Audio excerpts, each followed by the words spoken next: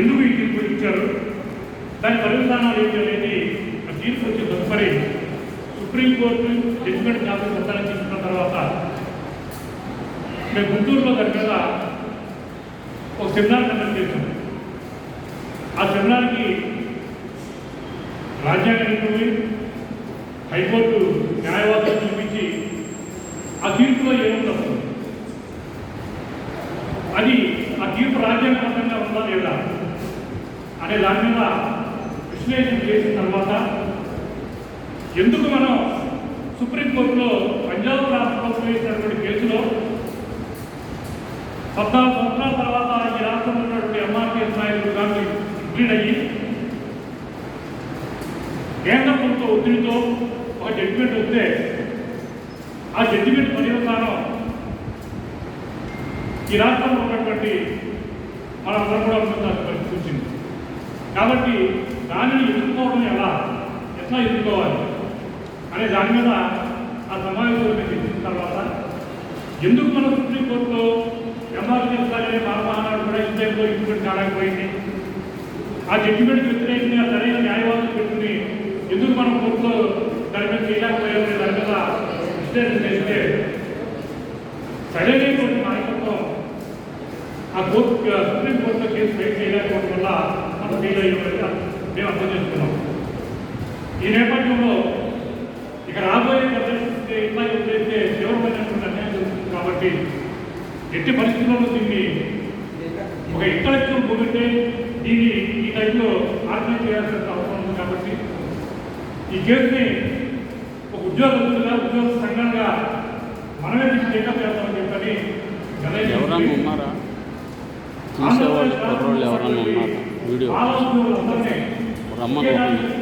ఉద్దేశంతో అటెండర్ నుంచి IAS officer వరకు అందరూ ఈ అసోసియేషన్ సభ్యులుగా ఉండే విధంగా చూసుకుని ఈ సంఘాన్ని రీసైజ్ చేయడం జరిగింది.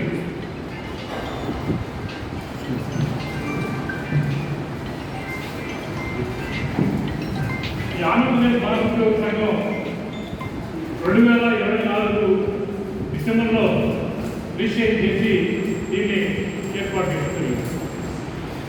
ఆ తదుపరి రాష్ట్ర ప్రభుత్వం ఎస్సీ వర్గీకరణ చేస్తూ ఆర్డినెన్స్ చేసింది. ఈ ఆర్డినెన్స్ చేసుకుని ఆంధ్రప్రదేశ్ భారత ఉద్యోగ సంఘం తరఫున రాష్ట్ర హైకోర్టులో మేము కేసు ఫైల్ చేశాం. ఆ కేసులు హైకోర్టు నడుస్తూ ఉంది.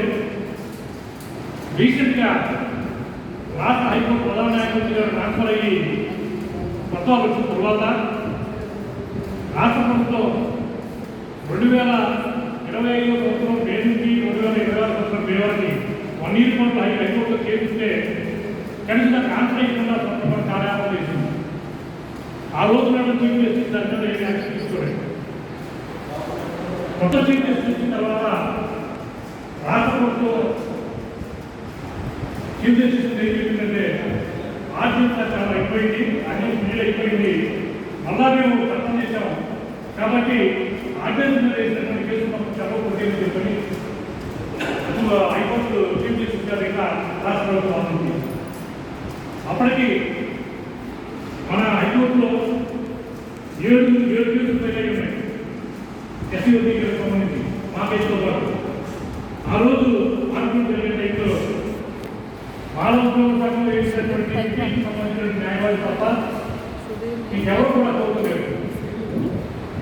లేకపోవడం వల్ల రాష్ట్ర ప్రభుత్వం యొక్క వాదనతో చీఫ్ జస్టిస్ ఎదుగుతూ ఆర్డినెన్స్ ఫీల్డ్ అయిపోయి మళ్ళా ఇప్పుడు కొత్తగా చట్టం వచ్చింది కాబట్టి ఇక పిటిషన్స్ అన్ని డిస్కస్ చేస్తామని చెప్పని ఆమె ఇంట్రెస్ట్లో చెప్తే అది ఇమీడియట్గా కోర్టులో ఉన్నటువంటి న్యాయవాది గారు చీఫ్ జస్టిస్ గారు వెళ్ళి చాలా వివరంగా ఈ కేసు గురించి ఎక్స్ప్లెయిన్ చేస్తే అప్పుడు చీఫ్ జస్టిస్ గారు ఏమన్నారంటే ఈ కేసు ఆర్డినెన్స్ నియమాన్ని డిస్కస్ చేస్తాను, ఇది మళ్ళా తప్పకుండా మీరు ఫైల్ చేయండి, నేను ఇమీడియట్గా దాని మీద నేను గవర్నమెంట్ ఆశ్రయిస్తానని చెప్తే అప్పుడు ఈ చెప్పాడు గవర్నమెంట్ ఇలా చేస్తున్నారండి, దానివల్ల మేము దీన్ని ఇలా కంటిన్యూ చేయాల్సి వచ్చిందంటే లేదు సెప్టెంబర్ 17వ తారీఖు వాయిదా వేస్తూ చట్టం 17 తారీఖు గవర్నమెంట్ ప్రభుత్వం చెప్పిందని అలా చెప్పడం జరిగింది. అందువల్ల మళ్ళా ఈ ప్రతి మనం మన చట్టం తరఫున విషయాలు చదివడానికి ఇది ఈ నేపథ్యంలో మన ఎస్సీ వర్గీకరణకు సంబంధించి కోరుకున్నటువంటి పరిస్థితి.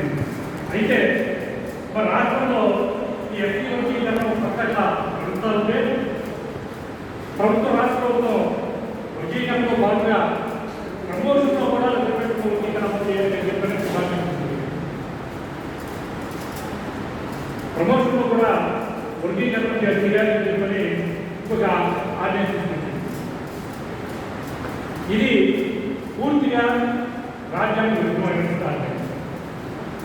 అయితే మనం ఇంటర్వ్యూ చేసినప్పటికీ కూడా ప్రభుత్వం మారదు వ్యతిరేకంగా ఉంది కాబట్టి మరి మనం కోర్టు ద్వారా తప్ప ప్రభుత్వ పరంగా మనం యథాయుక్తో మనకు ఉన్నటువంటి ఎమ్మెల్యేలు తీసుకెళ్ళాము. దానికి ఉపయోగం లేదు. మనం న్యాయస్థానం ద్వారా తీసుకోవాలి వాటి పోరాటం చేయాలి తప్ప రాజకీయ పరంగా మనకు ఏ విధమైన న్యాయం జరిగేటువంటి అవకాశం లేదు. ఈ పరిస్థితుల్లో మనం చేయాల్సింది ఏంటంటే మన యొక్క ఉద్యోగస్తులందరికీ కూడా ఈ వర్గీకరణ జరిగే నష్టం రాబోయే తరాల భవిష్యత్తు ఏ విధంగా వస్తుంది, పిల్లలు ఎంత నష్టపోతున్నారనే విషయాన్ని చైతన్యపరచిన బాధ్యత ఈ సంఘం ఉద్యోగస్తులు సమర్థంగా ఉంది. ఎందుకంటే మన ఉద్యోగపరంగా చూస్తుంటే ఆంధ్రప్రదేశ్ రాష్ట్రం ఉమ్మడి ఆంధ్రప్రదేశ్ రాష్ట్రం అయిపోయిన తర్వాత ఆంధ్రప్రదేశ్ తెలంగాణ రెండు రాష్ట్రాలు అయిపోయిన తర్వాత ఈరోజు ఆంధ్రప్రదేశ్లో మొత్తం ఉన్నటువంటి ప్రభుత్వ ఉద్యోగాల సంఖ్య 10 లక్షలు. 10 లక్షల మంది ప్రభుత్వ ఉద్యోగులు ఉన్నారు ఈ రాష్ట్రంలో.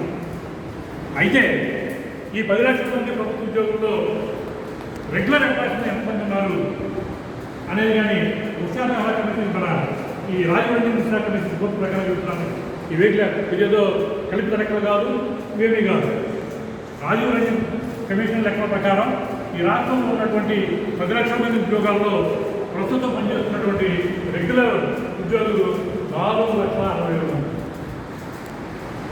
మిగిలిన 6,40,000 మంది కాంట్రాక్ట్ అవుట్సోర్సింగ్ ఉద్యోగాల్లో భర్తీ చేసి వాళ్ళతో పనిచేస్తూ ఉన్నారు. మరి ఈ రాష్ట్ర ప్రభుత్వంలో పనిచేసేటువంటి ఉద్యోగులందరిలో కూడా ఎస్సీ రిజర్వేషన్ అనేది ఇంప్రూవ్మెంట్ జరిగేటప్పుడు కాంట్రాక్ట్ అవుట్సోర్సింగ్ విధానంలో ఈ రిజర్వేషన్ ఇంప్రూవ్మెంట్ అవుతుందా? ఇది మన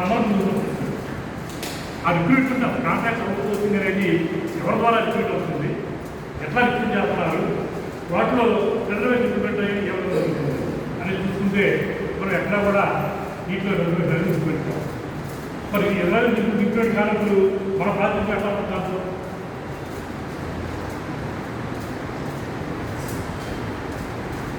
కొత్తగా ఉద్యోగాలు రిక్రూట్మెంట్ లేదు, నోటిఫికేషన్స్ లేవు.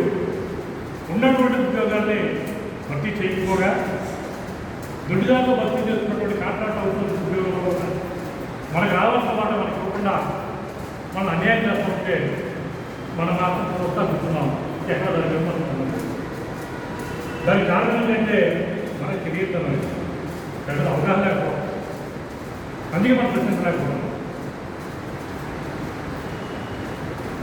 కాబట్టి ఈ విషయాలన్నింటిలో కూడా ఎవరైతే చేయవలసిన బాధ్యత ఉద్యోగులుగా మనం ఎవరు. మీరు చాలామంది రకరకాల డిపార్ట్మెంట్లో పనిచేస్తూ ఉన్నారు, అందరూ ఎంప్లాయీస్ చేస్తున్నాం కాబట్టి టీచర్ రీసెంట్గా వచ్చినటువంటి టీచర్ రిక్రూట్మెంట్లో కానీ అన్ని డిపార్ట్మెంట్లో జరుగుతున్నటువంటి ప్రమోషన్ విధానంలో కానీ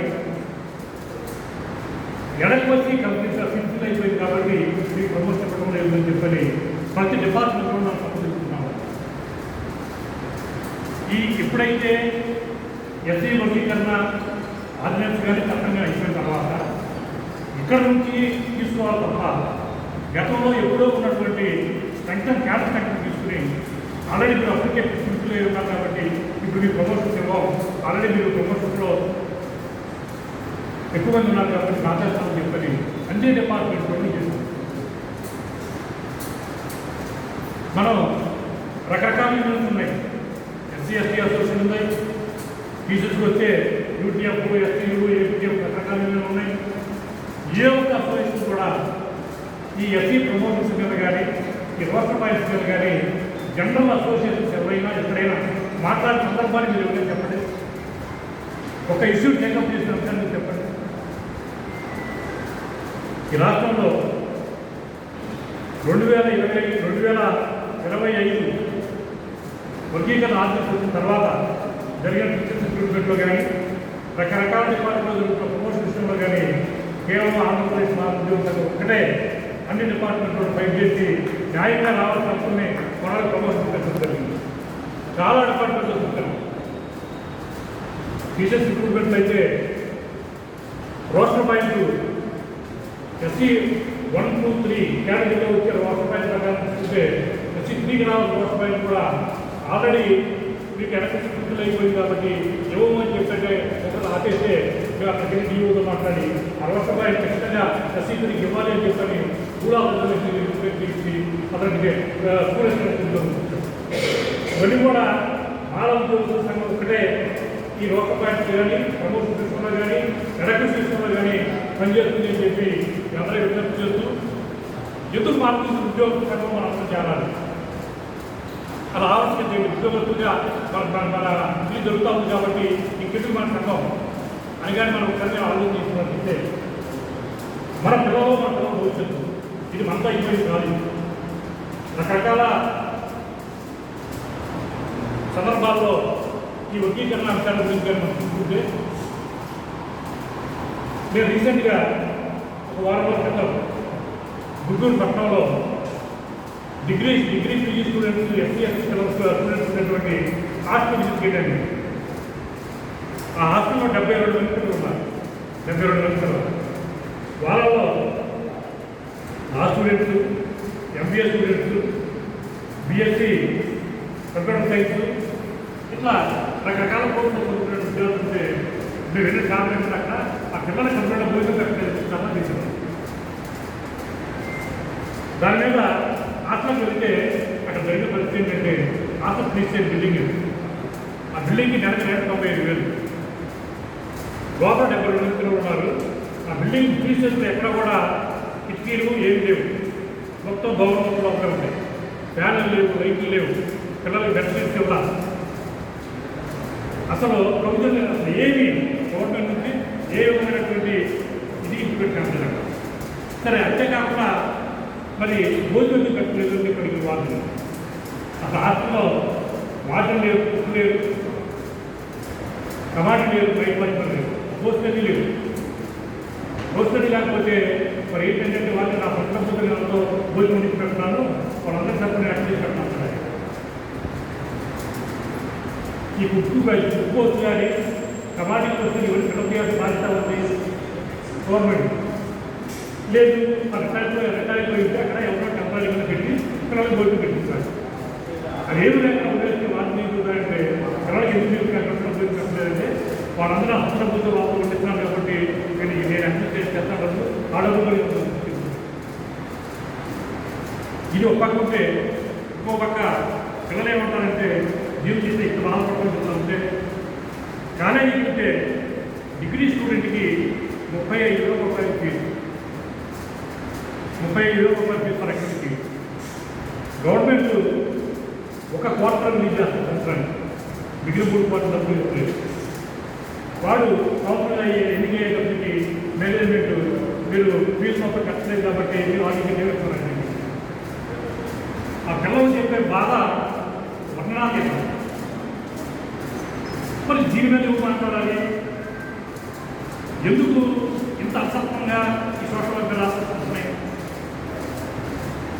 వీటన్నిటికీ కూడా సెంట్రల్ పాయింట్ ఎవరంటే ఈ సమాజం నుంచి ఎడ్యుకేటెడ్ పీపుల్ ఎవరైతే ఉన్నారో వాళ్ళే డిక్లేర్ చేయాలి, వాళ్ళే వీళ్ళు మాట్లాడాలి.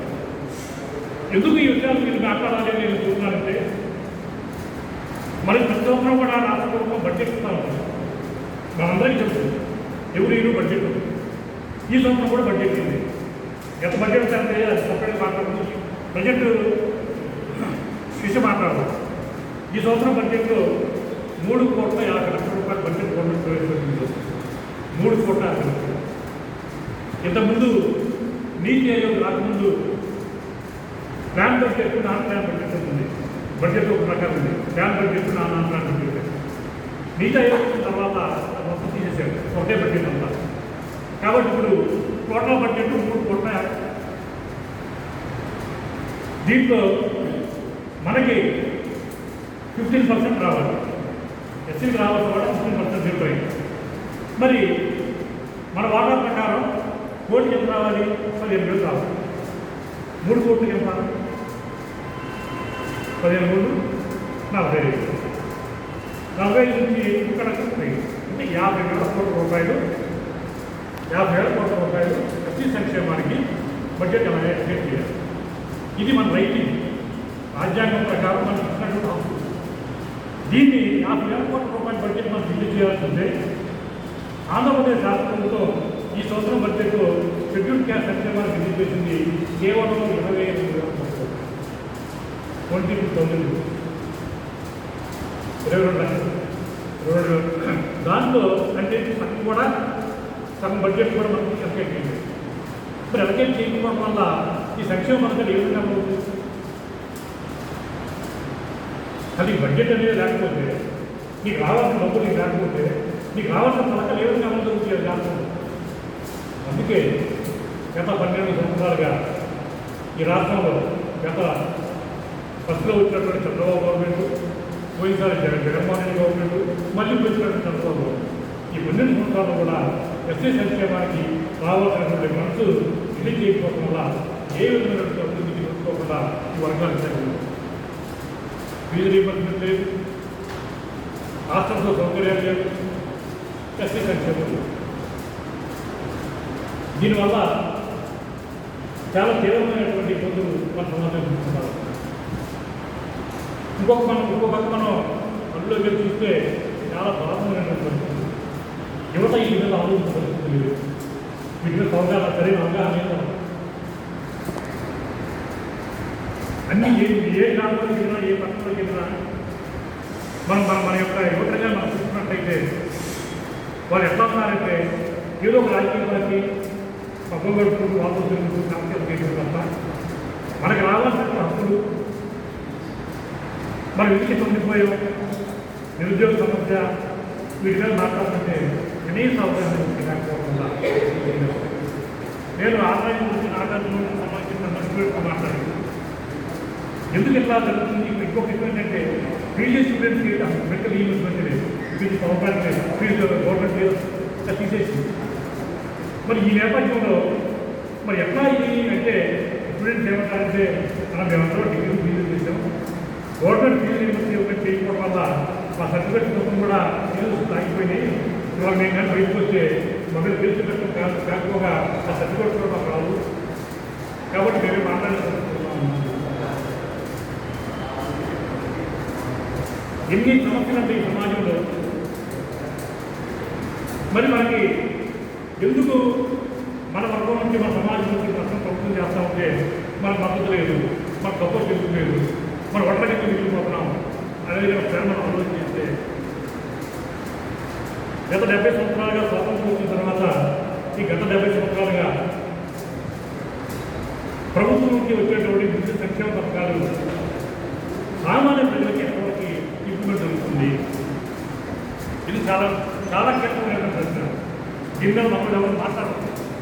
ఎందుకు మన సమాజం మనకి సపోర్ట్ చేయలేదు అంటే నలుగురు అంటే ఇదే కీలకమైన ప్రశ్న. వాళ్ళు మనం ఏం చేయం, ఏం చేయట్లేదు. మనం చేయడం అంటే మన సొంత డబ్బు తీసుకెళ్ళివ్వడం, లేకపోతే కొంతమంది గ్రూప్ ఆఫ్ పీపుల్ తీసుకెళ్ళివ్వడం కాదు. ప్రభుత్వం నుంచి రావాల్సినటువంటి డబ్బులు రెస్ట్ ఆఫ్ పీపుల్కి ఇప్పించాల్సినటువంటి బాధ్యత మనదే. ఆ పని మనం చేయడం ఫెయిల్ అయ్యాం. ఎందుకు ఫెయిల్ అయ్యాము అంటే ఎస్సీ వర్గీకరణ సందర్భంలో మందాకృష్ణమాదిగా మన మీద చాలా రకాలైనటువంటి ఆరోపణలు చేశారు. ఈ ఆరోపణలు నేను ఇప్పుడు టైం మాట్లాడకూడదు, చాలా 2 నిమిషాలు మాట్లాడి చూపిస్తాను. దాంట్లో మొట్టమొదటి అంశం ఏంటంటే 1965 సంవత్సరంలో లోపూర్ కమిటీ షెడ్యూల్ క్యాస్ట్ రిజర్వేషన్స్లో మానవులు తీసేయమని చెప్పి రిపోర్ట్ ఇచ్చింది అని చెప్పి ఒక మంచి అబద్ధం చెప్తారు. ఎక్కడ మీటింగ్కి వెళ్ళినా ఒక కొత్త వాడు తీసుకొచ్చి చూపించి ఈ లోకల్ కమిటీ కోర్టు 1940లోనే ఈ కమిటీ షెడ్యూల్ కులాల్లో మార్పు బాగా అభివృద్ధి చెందారు కాబట్టి వీళ్ళు రిజర్వేషన్లో తీసేయండి అని చెప్పి ఆ రోజు కమిటీ రిపోర్ట్ చెప్పింది అని చెప్పని ఒక మంచి అబద్ధం చెప్తారు. వాడు చెప్పేది అబద్ధం అందరూ తెలుసు, కానీ దళిత నాయకులు ఎవరు లోన్ చేసి మాట్లాడటం చూస్తున్నారు. ఎందుకంటే వాడిని కానీ ఖండిస్తే వీడికి కూడా ఈ మాలా చేసేట్టు వ్యక్తుడితో ఈ మాల నాయకులు అంటారు, దళిత నాయకులు అంటారు.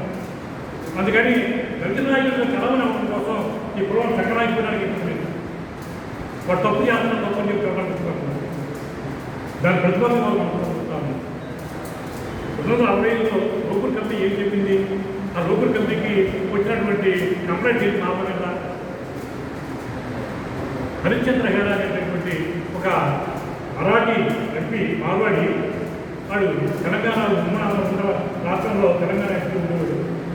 వాడు బాబు చేసేవాడు అనుకోరు. అతను ఒక కంప్లైంట్ పెట్టాడు, ఆంధ్రప్రదేశ్లో వాళ్ళని ఎస్ఎన్లో తీసేది. సెంట్రల్ గవర్నమెంట్ ఏం చేసింది? ఆసాం సైనిక రాష్ట్రాల్లో విడిపోయిన మన మద్రాసు నుంచి ఆంధ్ర సపరేట్గా అయిపోయాము. అట్లా మహారాష్ట్ర, గుజరాత్ ఇట్లా రకరకాల స్టేట్స్ నుంచి చిన్న చిన్న రాష్ట్రాలు విడిపోయినప్పుడు ఆ రాష్ట్రంలో ఉన్నటువంటి కులాల మధ్య రిజర్వేషన్స్లో ఉన్నటువంటి వీటి మీద అధ్యయనం చేయడం కోసం చెప్పని అది తొలగి చేశారు. ఆ కమిటీ మీరు చెప్పేది ఏంటంటే వీళ్ళని మాలనా గ్రామంలో తీసేయండి అని చెప్పి కంప్లైంట్ ఇచ్చారు. అప్పుడు లోకల్ కమిటీ దాని మీద విస్తృతంగా చర్చించిన తర్వాత వాళ్ళు ఏం చెప్పారంటే, మనకి ఆ స్వతంత్రం వచ్చింది ఎప్పుడండి? 1947. రాజ్యాంగం అమలు వచ్చింది ఎప్పుడు? 1950. అప్పుడు మనం చదువుకుందా? లేదు. 1950 నుంచి 1947 7 సంవత్సరాలు 15 సంవత్సరాలు. ఒక 50లో మనకి రాజ్యాంగం అమలులోకి రాగానే మనం చదువుకున్నాం. ఈ 15 సంవత్సరాల్లో మనం ఏం చదువుకుంటాం? మనకి ఏ ఉద్యోగం వస్తాయి? ఎంత రిజర్వేషన్ చూసేసుకున్నాం? అప్పుడు చదువుకోవాలి. ఒక కూలి షాప్ని పబ్లిక్లో తీసుకొచ్చి అదే నిజమని చెప్పని చాలా నమ్మించేసి, ఎందుకంటే వాడు చెప్పిన తప్పని తెలిసి కూడా ఆ తప్పని మనం అనలేకపోయాం.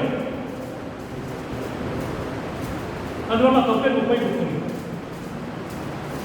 ఆ లోకల్ కమిటీ చాలా స్పష్టంగా చెప్పిన దాంట్లో వీళ్ళు అనుకున్న స్థాయిలో అభివృద్ధి కాబట్టి మానవుని ఎస్సీ రిజర్వేషన్ తీసేయడానికి అవకాశం లేదు, తీసేయకూడదని చెప్పని ఆయన రిపోర్ట్ ఇస్తే తీసేయమని తెలియదు.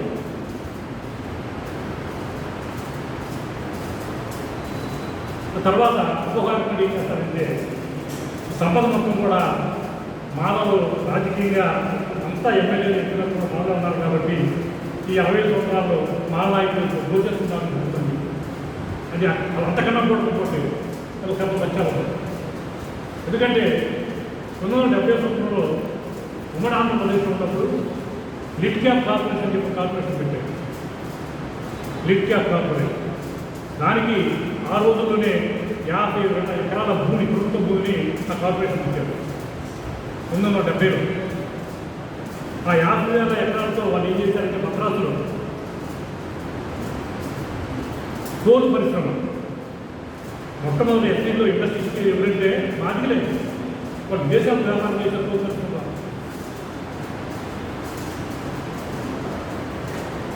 సంపద మొత్తం వాళ్ళు దోచేసుకుని మనమేమో అర్థం జరుగుతూ ఉన్నాడు. ఈ మానవులకు సంబంధించి ఒక్కసారి ఈ మానవులు ఎంటైర్ మార్గంలో వీళ్ళకి ఈ పథకం, ఈ స్కీమ్ కింద ఇక్కడ డబ్బులు వచ్చినాయి అని చెప్పి ఎవడేం చెప్పాలండి? అలా ఏముంది? ఇక్కడ గుర్తు లేదు. మాలాన్ని ఎవరికి గుర్తు లేదు. వాడు ఏముంటుందని అక్కడ గమనిస్తారు. వాళ్ళు చెప్పులు కుట్టుకోవడానికి లోనాడు, రోడ్లు పడవడానికి లోను, డబ్బు కొడితే లోను, డబ్బు కొడితే కట్టున్నాం, చర్మం ఉడితే కట్టున్నాం, చర్మకారు కట్టున్నాం, డబ్బు కళాకారులు కట్టున్నాం, ఆ వృత్తి చేసుకోవడానికి లోన్. విద్యా కార్పొరేషన్ ద్వారా కొన్ని వేల కోట్ల బడ్జెట్ కార్పొరేషన్ అది, దానికి కొన్ని వేల కోట్ల బడ్జెట్. ఇవన్నీ వాళ్ళకి కేటాయించి దోచుకున్నంత వాడైతే మానవ దోచుకున్నారని చెప్తున్నాడు. ఆ సంక్షేమ రంగంలో మానవులకి ఏ విధమైనటువంటి న్యాయం అంత అన్యాయం జరిగింది. మరి ఈ అన్యాయాన్ని మనం వేడుకోలేకపోయాం. మన వాళ్ళు న్యాయం చేయలేకపోయారు. అందువల్ల మన ప్రజలు మనం తినట్లేదు. అందువల్ల ఈ రాష్ట్రంలో జరుగుతున్నటువంటి ప్రతి అంశం మీద కూడా మన వాళ్ళ చైతన్యం చేసుకుని మనతో ముందుకు తీసుకెళ్లాల్సిన బాధ్యత మన మీద ఉంటుంది. అందుకే నేను చాలా స్పష్టంగా ఆంధ్రప్రదేశ్ మానవ ఉద్యోగ సంఘం రిజిస్ట్రేషన్ చేసినప్పుడే నేను స్పష్టంగా పెట్టుకున్నాను. ఈ ఉద్యోగ సంఘం అనేది ఒక కేవలం ఉద్యోగ సంస్థ మీద మాత్రమే కాదు, ఇది విద్యార్థుల సంస్థల మీద, మిగిలిన సమాజం సంస్థల మీద కూడా ఇది పోరాటం చేస్తుంది అని చెప్పారు. ఎందుకంటే వీటన్నింటినీ కూడా ఐడెంటిఫై చేసి వాటిని ఫైట్ చేయాల్సిన బాధ్యత, చైతన్యం చేయవలసిన బాధ్యత ఉద్యోగస్తులుగా మన మీదే ఉంది. కాబట్టి ఇవన్నీ కూడా మనమే చేయాలి అని చెప్పని తెలియజేస్తూ, ఈరోజు ఈ కార్యక్రమానికి ఇచ్చేసిన కొద్దిమంది అయినా కూడా ఈ కార్యక్రమం అయిపోయిన వరకు కూడా ఉండి చాలామంది సీనియర్ గత 30 సంవత్సరాలుగా అంబేద్కర్ భావజాలం తప్పకుండా ఇదే భావజాలంతో పనిచేస్తున్నటువంటి నాయకులు మన దగ్గర ఉన్నారు. కాబట్టి దయచేసి వారు చెప్పేటువంటి అమూలమైనటువంటి విషయాలు విని సభలు ఇంట్లో చేయాలని కోరుకుంటూ ఇప్పుడు